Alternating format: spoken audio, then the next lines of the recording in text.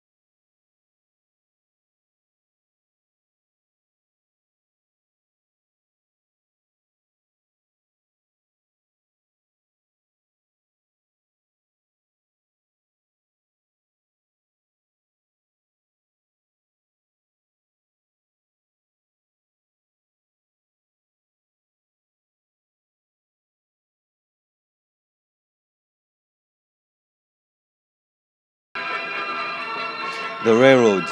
Before the railroads were developed, the main method of transporting goods and people were wagons that were pulled by animals. The railroads were made so that large loads could be carried long distances. This is made possible by the fact that a metal wheel from a train on metal track has a lot less friction than a wooden wagon wheel on mud or dirt roads. This form of transportation made the accessibility of food, coal, and iron much easier. This ease of getting cheap resources helped cause Americans transit from their agricultural lifestyle to a life full of machinery and other mechanical technologies. The railroad also made new jobs for people. Because of its popularity, railroads needed workers to build more tracks, engines, and to fill other jobs. Other industries also needed more workers due to the growing demand of supplies needed for railroads, which produced even more jobs. Lastly, when the Transcontinental Railroad was created, it helped transport resources from coast to coast, a very fast pace for the time. Without the establishment of the Transcontinental Railroad, the developments that happened would have been much slower. Thomas Alva Edison was born on February 11, 1847, in Milan, Ohio. As a child, Edison was homeschooled by his mother, who was a teacher because he had trouble paying attention in public schools. He was also nearly deaf because of an infection that happened when he was still a child.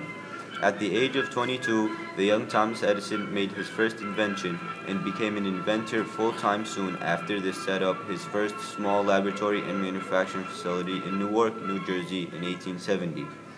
In December of 1877, Edison developed a method for recording sound, the phonograph. Though not commercially viable for another decade, this was the first invention of many that put Edison in the spotlight of the world. In the year 1980, Edison designed and patented the light bulb, and with this came a dream to illuminate the world. Tried to do this by founding the Edison Illuminating Company, the first investor-owned electric utility, which later became the General Electric Corporation. Thomas Edison and Nikola Tesla, who was his rival, would publicly clash about the use of direct current, electricity, which Edison favored, versus alternating currents, which Tesla praised. Later in his life, Edison built an industrial research laboratory in West Orange, New Jersey, which served as the primary research laboratory, where he spent most of his time doing things like perfecting the phonograph, developing the motion picture camera, and inventing the alkaline storage battery. Edison had a total of 1,093 U.S. patents in his life. Thomas Edison died of complications of diabetes on October 18, 1931, in his home in West Orange, New Jersey, at the age of 84. After his passing, people all around the world dimmed or turned off their lights after Thomas Edison's passing to commemorate his life.